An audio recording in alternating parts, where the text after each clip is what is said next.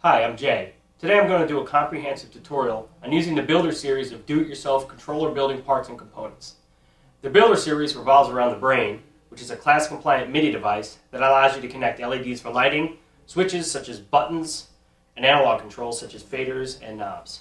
It's important to know that the Brain will work with a variety of different connections and is not limited to the rubber buttons or faders that you see here. You can use touch sensors, distance sensors, motion switches, and accelerometers. You can use the Brain to create controllers such as the block here, which we sell commercially, but you can also use it to create an alternative controller that doesn't exist yet. For this tutorial, we are going to be using the Builder series of do-it-yourself circuit boards. These are modular perforated circuit boards that you can easily break apart into any configuration so you can make your own setup. For this project, I'm going to need a Brain, which I have here, a 4x4 push board, with a 4x4 push rubber keypad. This is the small push board. I'm going to be using a 1x4 medium push board with a 1x4 medium push rubber keypad.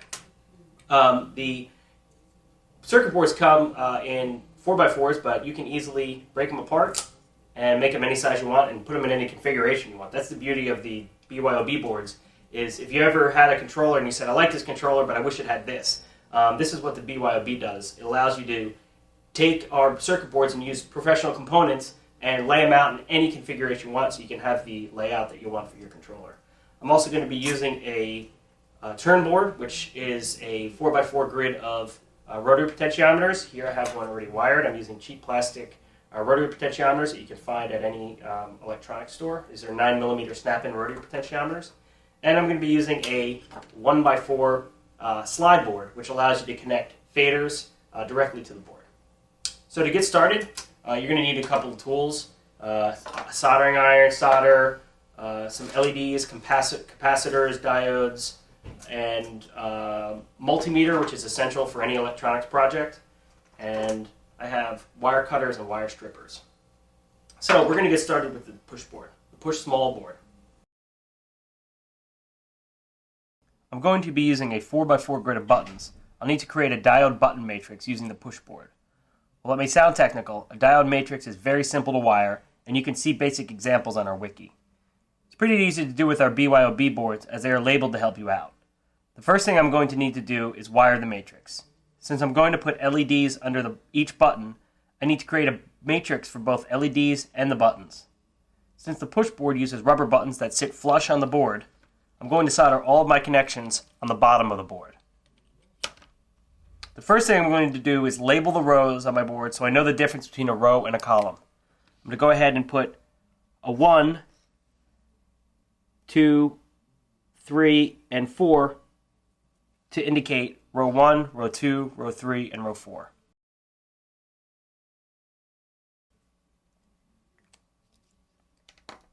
Now I'm going to connect all the rows. Find BR for the button and LR for the LED row. This indicates LED row and button row. And connect those boards together using a jumper wire. The jumper wire I'm using are leftover ends of components like resistors, and I use these to connect each board together to create one complete circuit board.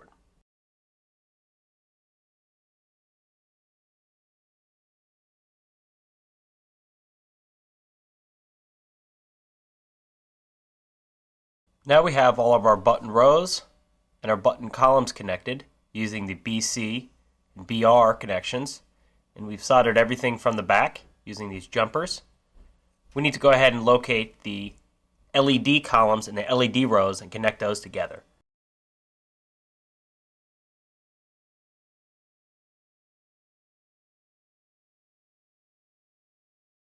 Now that you've soldered all the button rows, button columns, LED rows, and LED columns, this is what your board should look like. All the connections soldered from the back for the rows and the columns, and all the pins sticking through on the front. Make sure that you have all of them connected and jumped, so this connects the board as one big circuit board, and now we're going to connect LEDs. Now that I have the connections jumped, I'm going to connect my LEDs. The Brain supports a variety of LEDs, both through-hole and surface mount.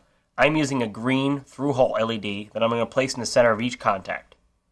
It's important to know the direction of the LED does matter. The LED current on the push board goes from left to right. There's a small semicircle on the LED contact, and the flat end indicates negative, which is the cathode, and the other connection on the left is the anode, or positive. The long leg of the LED indicates the anode, which is positive, so make sure it is placed in the LED hole with the long leg on the left and the short leg on the right. Place all of the LEDs on the board and solder them from the back. Now that we have all the LEDs connected to the board, we're going to need to connect a diode. Each button in a diode matrix needs a diode to control the direction of the current. Locate D3 on the board. This is where we're going to place a through-hole diode. You can also use a surface mount diode on D1 instead of using D3, but we don't recommend using this without a pick-and-place machine. Since the diode is fairly large, we're going to solder and place it through the back of the board. The direction of the diode is important. The board has a white line on one connection for the diode. This should match up to the white or black line on your diode. This is the polarity mark. Connect it through the back of your board and do all your soldering connections on the back. Do this for each individual push board. Now we are done with the work on the small button board. You'll now want to go ahead and snip off all the connections so you have a nice clean surface on the front and a clean surface in the back. So I'm taking these little wire snips here, and I'm just going to go ahead and snip off all the connections from the front of the board and the back of the board. On the front of the board, it's very important to make sure that all these connections are cut as close as you can get to the board. That way it does not interfere with the button pads pressing down on the button connections. On the front of the board, you'll need to do this for the jumpers, and you'll need to do it for the diodes.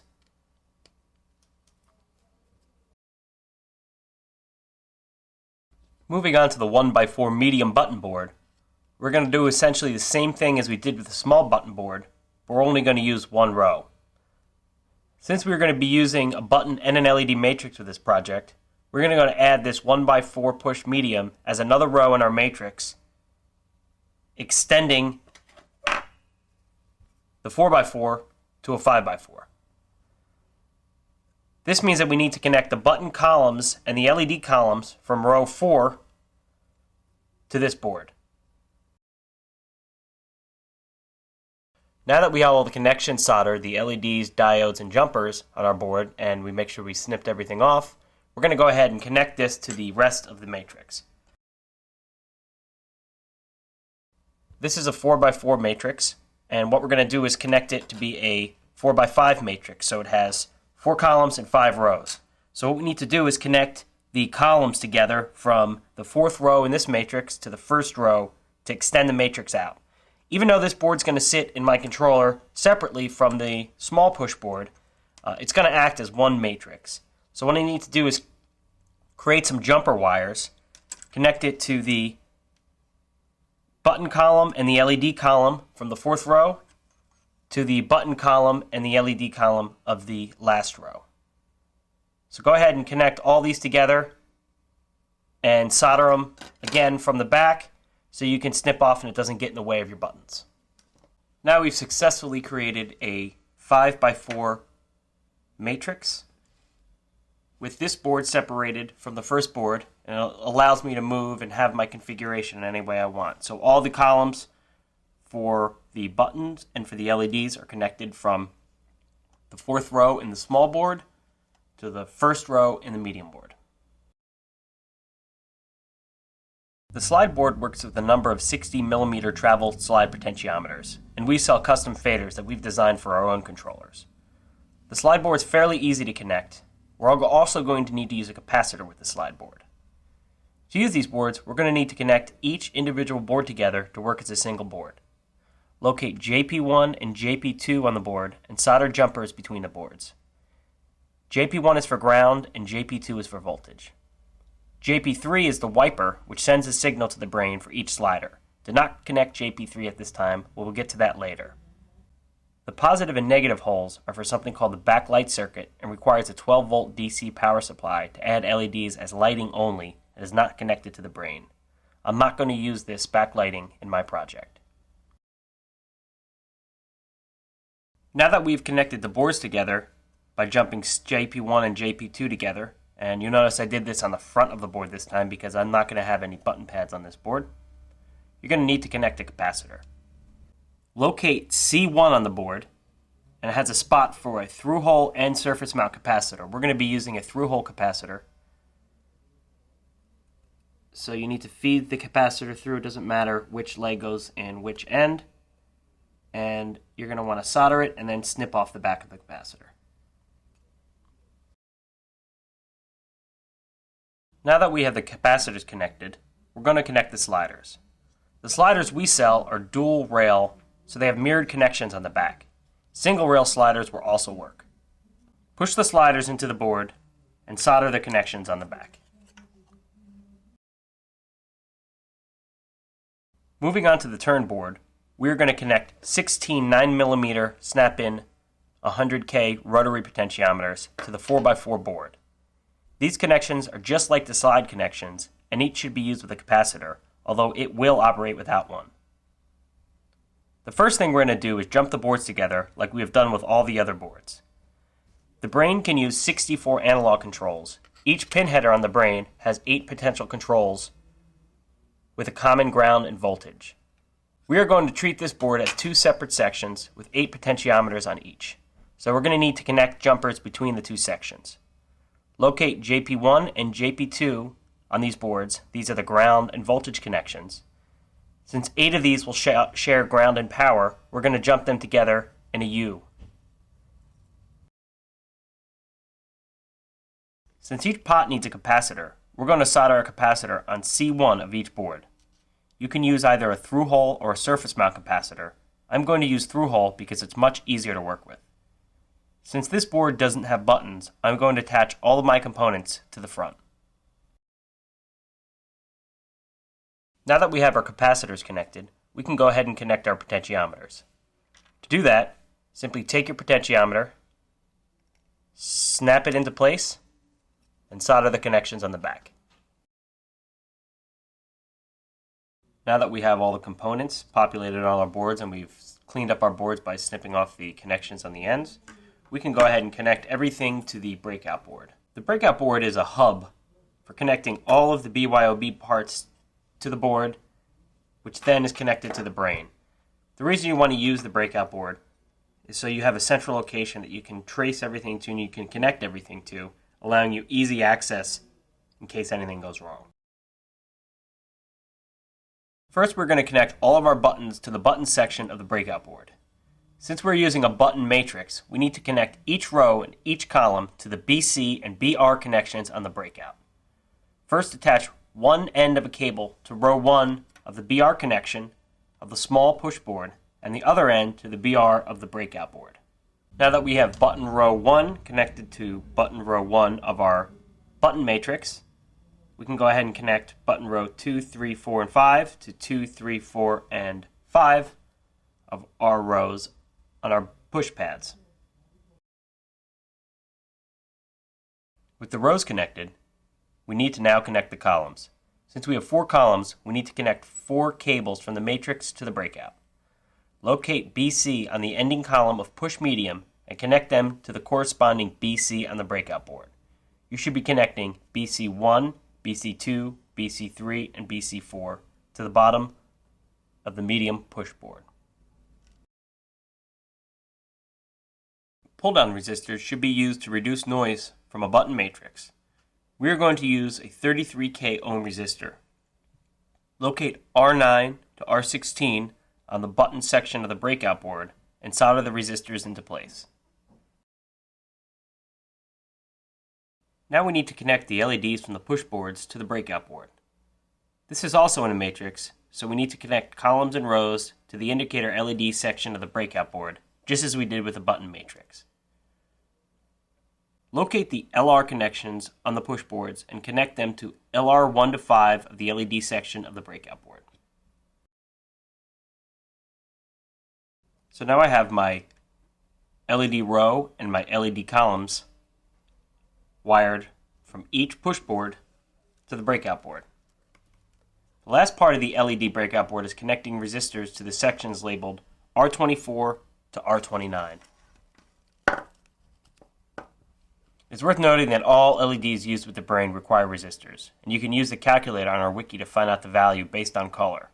We're using a green LED, and it requires a 47 ohm resistor. Place the resistors on R24 to R29 and solder them from the back.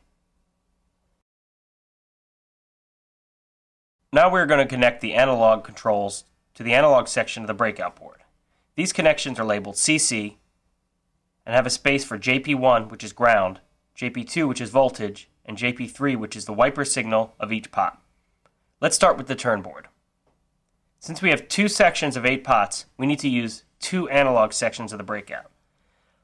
Since each section of 8 share a ground and a voltage connection, we only need to connect one of each to a CC connection on the breakout. Locate an empty JP1 and JP2 in the first section and connect it to the breakout analog. I'm going to take JP1 and JP2 off the top potentiometer here, and I'm going to connect it to JP1 and JP2 of CC1, which will connect all of the JP1 and JP2 of these 8 to the entire section of the breakout board. Now that we have JP1 from each section of 8 rotary pots connected to one of the JP1s on the CC of each breakout board for the potentiometers, we need to go ahead and connect JP2, which is voltage, from each section of the breakout board to each section of the rotary pots. Now you'll notice we only are going to run one JP1 and one JP2 to each section because all of them are connected here and all of them are connected here. So there's only need to run one from each if you're connecting all these boards together. Now we need to connect the wiper signal of each pot to the first 8 pots of the breakout board. Locate one of the JP3 connections from each pot and wire them to the corresponding CC JP3 on the breakout. So I'm going to start here with CC1, use JP3 and wire it, CC2, JP3 and wire it. You're going to need to do this for all your connections. This is probably the longest part of this tutorial. Now that we have the first section of 8 potentiometers connected, I'm going to go ahead and connect the second set of 8. So you can see here my breakout board is starting to get pretty crowded with the potentiometers and the buttons.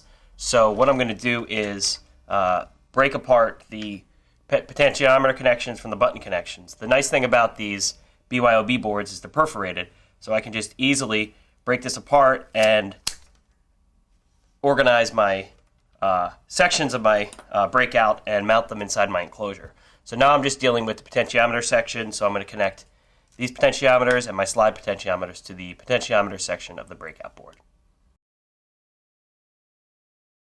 We are going to do the same thing for the 4 faders that we did for the rotary pots. Taking another analog section of the breakout board, locate JP1 and JP2, and connect them to JP1 and JP2 of the slide board. Now that I have JP1 and JP2 connected, I need to connect the wiper, which is JP3, from these 4 sliders to 4 spots on the breakout board for the sliders. You'll notice that you only have to connect one JP1 and JP2 because all these boards are chained together. So all you need to do now is take JP3 from each of these boards and connect them to the breakout board. The last thing we need to do before we connect to the brain is to attach pin headers to the breakout board. You're going to need 3 10-pin, 2 14-pin, and 1 16-pin header to connect everything. What I do is take a long pin header and break them up into the sizes I need, and then we're going to place them on the board and solder them from the back. Now that we have all our boards wired and soldered, we're going to go ahead and put it all into an enclosure and make our controller. You can use anything as an enclosure for your controller that you have at your disposal. You can use wood, plastic, cardboard, pretty much anything that can hold the circuit boards into it. I'm using this plastic, which is like a sandwich here, that I'm going to use as my controller enclosure. This is just made out of plastic. All your buttons are going to need spacer layers, and we sell spacer layers for our buttons right on our website. So this basically is just one big spacer layer. So I can mount all of my controls in and make my own controller.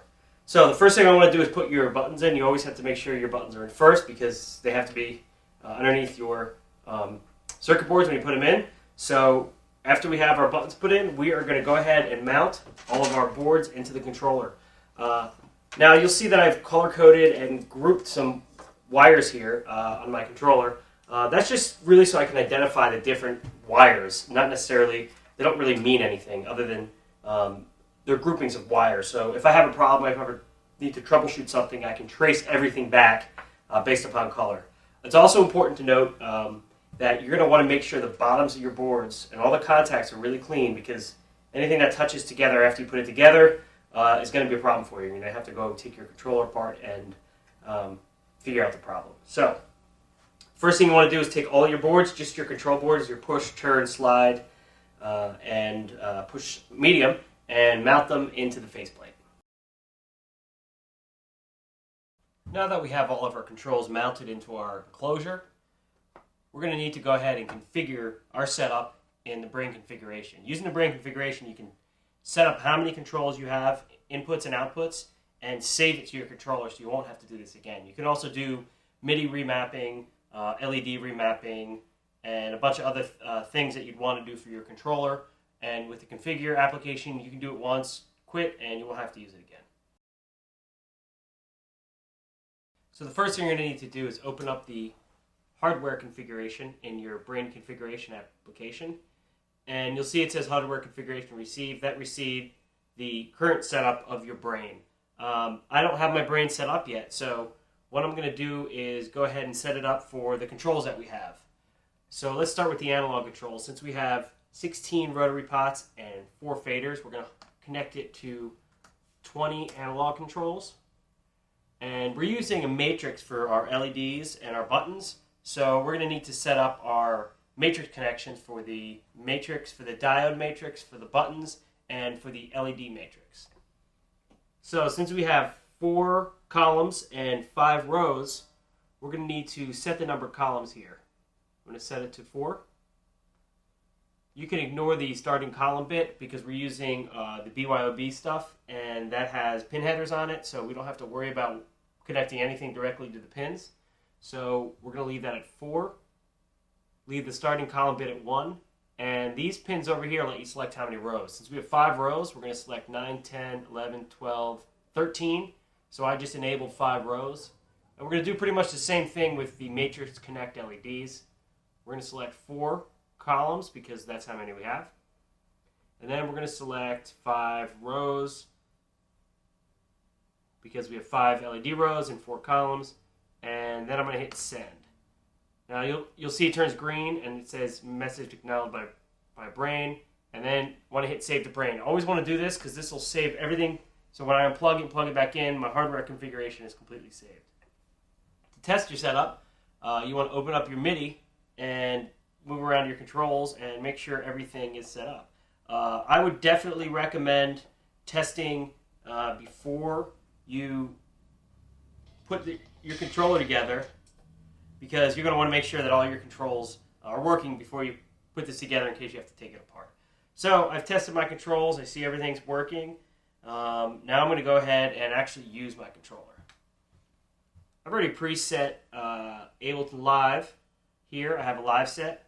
What I've done is I've mapped these faders here to 4 tracks. I've mapped these buttons to mute those 4 tracks. And these are all clip triggers here. So I'm going to go ahead and just start playing some tracks. I have all these here mapped to effects.